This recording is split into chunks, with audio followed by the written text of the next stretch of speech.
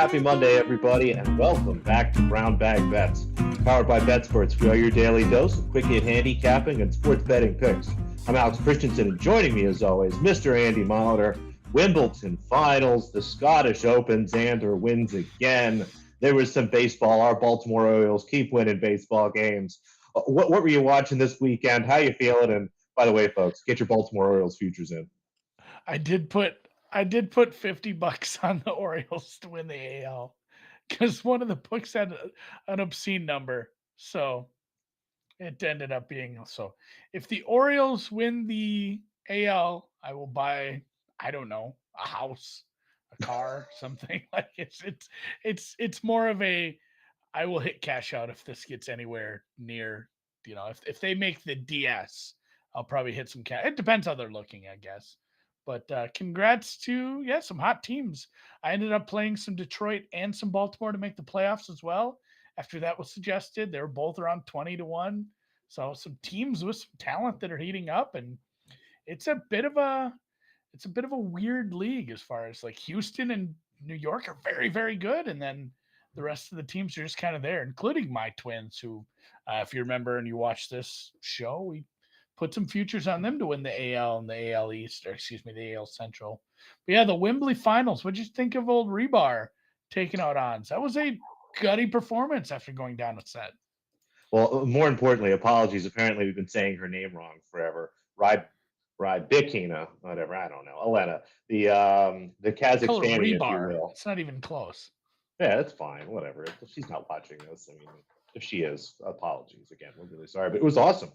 I mean, she locked in during that second set, got up a break, and Jabeur just fell apart. And that was the sad part. It was a really kind of fun, entertaining match until you get to the end there, and Jabeur has a couple spots where she could have definitely gotten a break there. I think she had 3 break points or something like that, and just can't capitalize, missing a lot of easy shots. And the third set was a little, I guess, anticlimactic, but kudos to her. I mean, she's one of our favorite players. Unfortunately, I didn't have an outright on her. She was like 100-1. I mean, this is the best tennis she's played all year by some margin, and she picked a great time to get hot. So we'll see if she can carry through. And I wonder how the folks at the All England Lawn and Tennis Club feel about a Russian winning. But what are you going to do? Yeah, she is super. And the best tweet was so she plays under the Kazakhstani flag. And correct? Did I say that right? Is it Kazakhstan she plays for? There's a lot of stands. Yeah. Yes. So right, there was that's why. There was a pretty good. Yeah, that is funny. It does say Matt Rooney under your name. I didn't notice that until Matt said it. That's hilarious. That threw me for a whole loop. No, so there was a good tweet where it's like in the field next year for the Wimbledon, and it was all the represented Russian by and Belarusian players, Kazakhstan, and it had the Kazakhstani flag. So Medvedev, Pavlyuchev, correct? If that's a workaround, I guess we'll go with Rublev. that. But the Scottish Open was a abject disaster for me to start. I think day one I had placed 6 bets and I went 5-1. Like I was very jacked to get that push because there is something about that push when you have all losses. It feels it just amazing. feels like you need just give me anything at this point. And then, like I said, later that afternoon, I won all the bets I placed in the Barbasol, which again weren't enough to overcome the losses in the Scottish, but it did go better from there. I was really sad that we had the rain delays in the Barbasol because I was kind of seeing the board clearly, and I don't believe that's some sort of myth or whatnot as far as some sort of bias. Like if your ratings are good for a certain tournament, you tend to just keep winning. Like when I'm on for a tournament, I tend to have a good tournament, and that was happening in the Barbasol.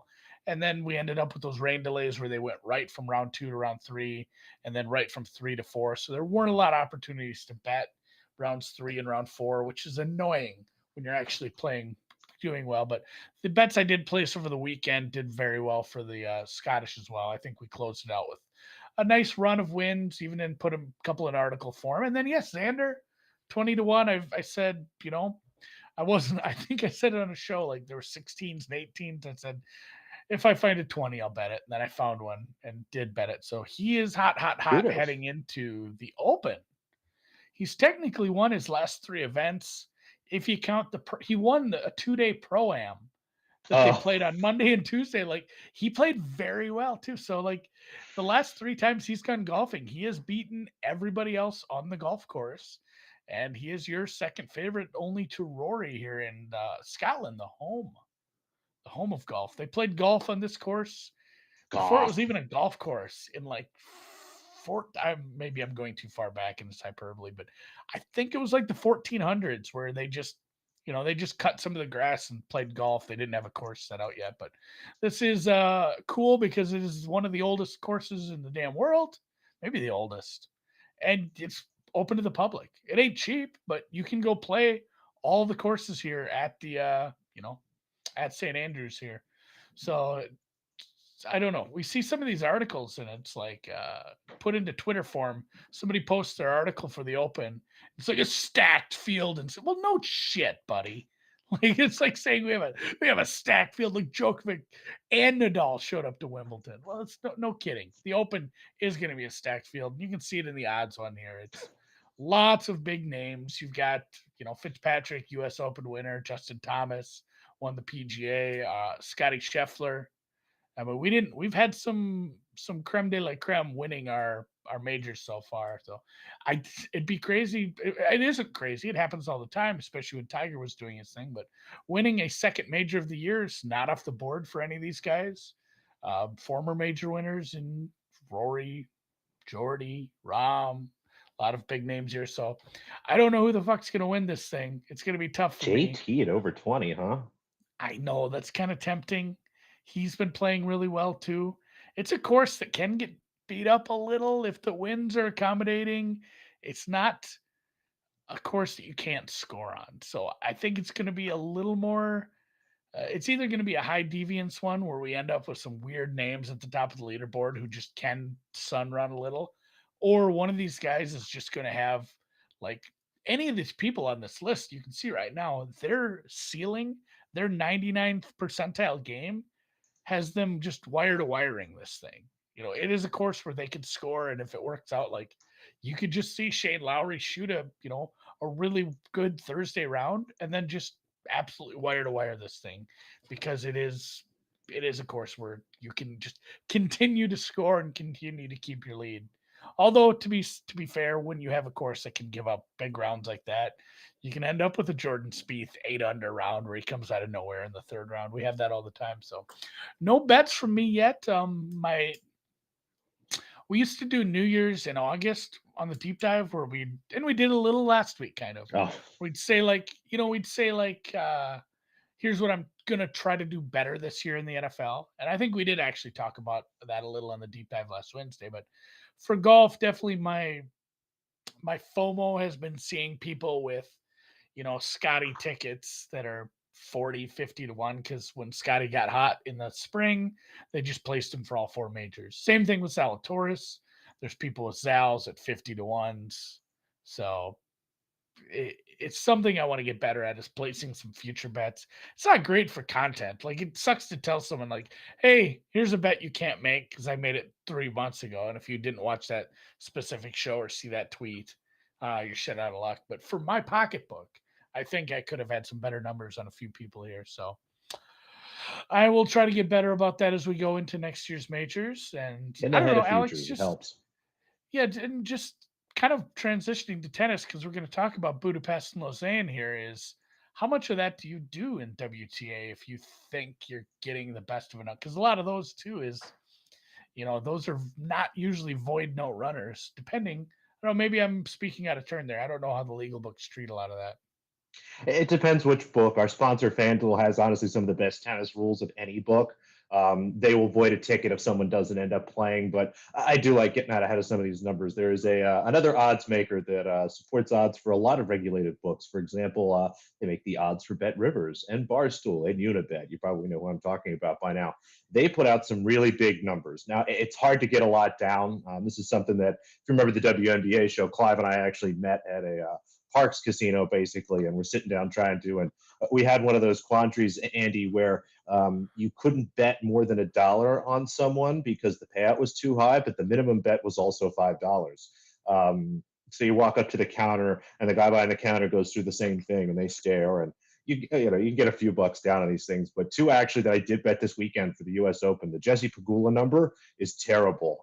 If you look around, a lot of places have 30. There's some 50s and 60s out there. Get yourself some Jesse Pegula to win the US Open at 50 or 60.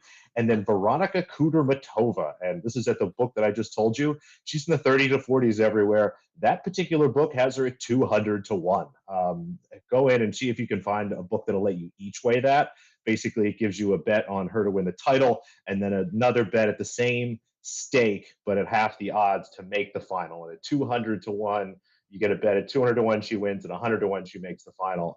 Both of those are really good. But yeah, Andy, it's something that we definitely try to look and do. I actually forgot this year. I had a ticket on Barty to win the Australian Open at a really nice number just after I think she had made the Wimbledon final from the year before. So that's another fun thing. Sometimes you bet these things early and you forget about them, and you open up your account and you're like, what's that? Oh, look at that. How nice is that? So So the hockey, I was redoing my books as I do on Mondays, and the overall number one hockey, some people said, oh, you should just bet this Yurov guy in case.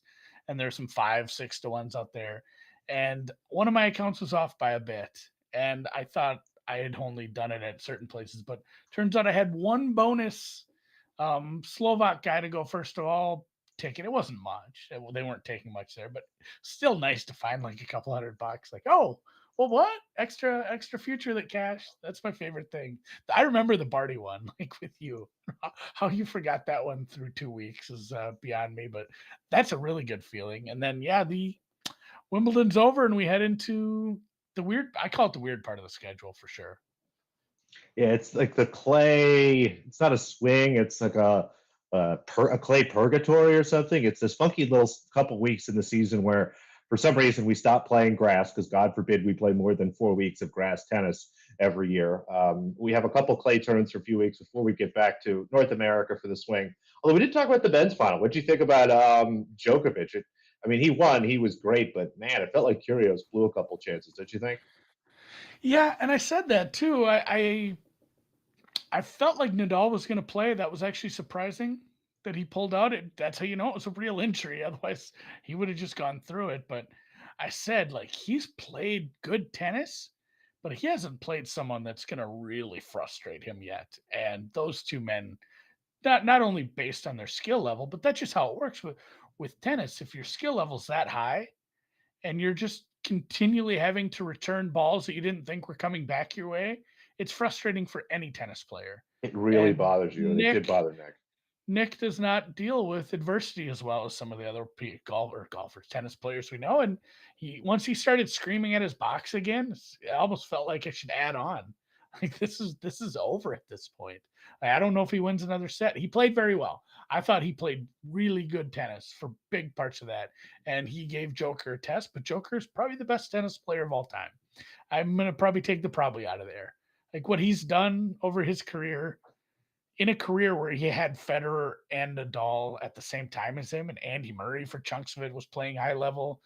Some of the other guys who were playing high level tennis at the beginning of his career, Stan and whatnot, it's amazing. So yeah, it's hard to beat the greatest of all time, and I think taking that first set off of him was something. And yeah, congrats. Hopefully Nick can. I don't know if he can get his focus together a little more. Like he can make a deep run up in New York. I'm fine with him playing on the fast courts up there too, but I don't think he can. I don't think he can maybe beat the best of the best in 3 out of 5 right now. Yeah, hopefully he remembers this and comes back next year because this is the tournament. Grass is the surface for him. Now, he does well in like Acapulco and maybe some of those faster hardcore tournaments. Like I think Cincinnati's really fast. Maybe he could do well there, but hopefully we get a chance to see him again next year. Yeah. Zane makes a good point. The US Open's really slow, so maybe not there, but I think Cincinnati. But anyway, hopefully he remembers this and we see him do it again next year because it's fun. It's fun watching him play tennis. Now, I don't love him cursing out his box and stuff, but it's nice to see a tennis player with some emotion. Who cares and is reacting as opposed to just, Djokovic is fun to watch, but he's just like a robot out there. So is Nadal. So he is a robot. But anyway, As you said, the funky clay swing. Budapest. Yes, Yes. the women are in Hungary and in Lausanne. That's Switzerland, I believe. Think that's what's what. Anyway, we're back on clay. So the grass season, unfortunately, over. We go back to trying to get handicap based on how you do on clay. It's generally better for movers and power hitters. Can you hit through the clay, or can you basically chase every single ball down? We have a surface change, and I'm going to start out here quickly with a surface change fade. Panna Udvardi, a really solid clay player, kind of at lower levels. Can struggle at a 250 tournament. Plays against Anna Bogdan, a perfectly fine player, but going to be Bogdan's first match on grass. Did really have a poor grass season and really wasn't fantastic for clay to start the year, where Udvardi, again, is winning 2-3 matches every tournament, made the quarterfinals of a clay event just last week in Bastad. So goes to Hungary with a little bit of form under her belt. This is a much too big of a number for me. Happy to take the money line at plus 225. I have it closer to 180, and the 4.5 I probably have a cheap 4, honestly, instead of the 4.5 that we're seeing a few places. Play the 4.5 if it's like minus 120, minus 115, somewhere in that range. Otherwise, go ahead and play the 4. Probably a little too expensive if it's even minus 125 on that 4.5. And then we'll take an over. Yulia Putintseva plays Anna Karolina Shmedlova. Both women very good players on clay. Putintseva deservingly a pretty big favorite here. A lot of times, people think I'll take the over. It means I kind of like the dog. I actually think the money line and the spread here is pretty on the nuts, but the total looks at least a game too low to me. These both women generally play long sets. I think we might even see a 3-setter here. Just didn't love that number. So happy to take the over 20 games here. Might even sell up to 21 as it starts to open up a few other places for just a little more, maybe a half unit there. And then an underdog, Jasmine Paolini, just the one underdog for me, again in Lausanne. Paolini goes up against Caroline Garcia. Garcia had a really nice run on grass. All of a sudden, kind of snapped back into the form of someone that, 3-4 years ago was this really strong, talented up and comer who just never really kind of filled out her potential. We'll see. I think the market again is just kind of overrating her based on maybe some of her recent form. Had a pretty mediocre clay season. Paolini has been doing well on the surface, so happy to take her as a dog. Where I actually have Paolini a small favorite here. I probably have it minus 110 Paolini, plus 110 Garcia myself. So happy to take Paolini at plus anything. And there's some 125s, even I think a 130 out there still. So 2 dogs at a total. Both of these tomorrow. Play starts in Budapest around 4 a.m. in the morning, so 4 a.m. Eastern or later. Lausanne 5 in the morning or later Eastern. Lausanne. And speaking of start times, I kind of forgot we had an 11 a.m. soccer match today. I just tweeted this while you were talking tennis, which sucks because now I got to go back and put my tennis bets in because I was barely paying attention. But yeah, this Austria-Northern Ireland starts in like 10 minutes. Oh, So my bad. But I did say, and anybody who watches, like I said, I'm just going to bet all the Northern Ireland overs. Unless they said it at like 6 or something hilarious. Like I'm just going to bet the overs. They are playing high risk, high reward football. I'm gonna call it football. You mean a little European. They don't give a shit about like losing the match 1-0. They don't, that's not what they want. They want to attack. They had plenty of strong attacks last week. They just are really, really susceptible on the counter, and their defense isn't very good. They're going to lose. They're probably going to lose every match. I said I'm going to bet every over I can, which is 3 because they won't make it out of group stage. So I'm, I'm excited to bet them while I can. But yeah, Austria, it was a little bit of a ho hum match last week, but this is not the same kind of defense. This is a much worse team from the British Isles. So over 3 minus 108. Again, that one does start real soon. If Northern, I won't be betting the. I bet a little bit on Northern Ireland to score in the last match. I really felt like that would be wide open against the other D, and they did get one. It was nice. Just a small bet. I'm not going to do that today. I really do think this is just maybe one-way counter traffic. So if Northern Ireland were to score, bonus, huge bonus. That would be great if they just got us on the board again. And then speaking of Austria, their opponent last week, England, who I bet to win, what was it, score in both halves, didn't come through. That was a long yeah. long second half of nothing getting done for me. I am going to take them as a favorite today. I like favorites in this tournament, especially with the handicap. based on how group stages work, goal differential is going to help you out if you need to break a tie. I don't think any of these teams are like, minus a million favorites where it's just not going to matter. They're just, when you see the US play in group stage of the World Cup, it's like they're going to win their group. They're just that much better than everyone. There are good teams, and England is one of them, but getting ahead on goal differential for some of the tiebreakers is always a thing. You saw France pour it on yesterday. That was a nice -1.5 got home for me. It was nice to actually have a nice day of soccer betting. But England -1, -118. Disappointing offensive performance, but masterclass defense. They are a lockdown team. They are going to probably keep a lot of teams off the score sheet. I think this is probably a shutout, and it ends up 2 or 3-0. So England -1 looks pretty good to me.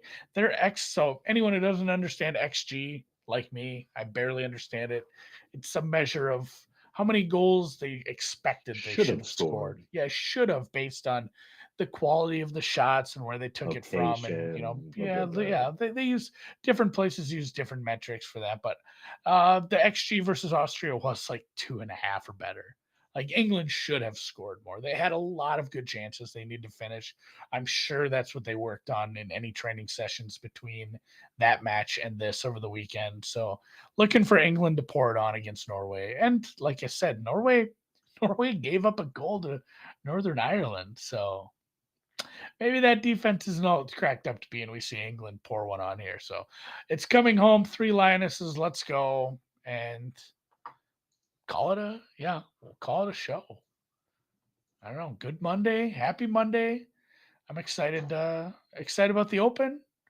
Excited to bet soccer all week. And yeah, if you're in the YouTube, hit the thumbs up. Thanks to our sponsors, the Fan Duels. Surprise, no anytime goals. The anytime goal numbers are horrible. Like in some of these matches, like there's 6 women that are +110 or lower. So what are we doing in these? So England has so many different scores. I don't know. You're going to pay too much for Ellen White. I should look at the Austria. I'm going to look at the Austria one. If I come up with something in the next 7 minutes, I'll let you know. It doesn't seem all that likely now that I said it out loud. So, Alex.